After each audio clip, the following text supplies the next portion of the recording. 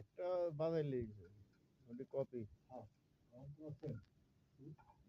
আমরা এতক্ষণ কাজ করলাম বাংলাদেশের ভিডিও হচ্ছে লেজেন্ড ভাই। আমি একজন ছোটখাটো মানুষ, একজন আপনাদের ছোট ভাই। বাঁশি একটা কথা বলি, আমি তো বলি আর কি, ফ্লুট প্লেয়ার আমাদের খুব আদরের ছোট ভাই কামরুল, যারা জীবনে বড় হয় আর এখানে আমাদের ইকরাম।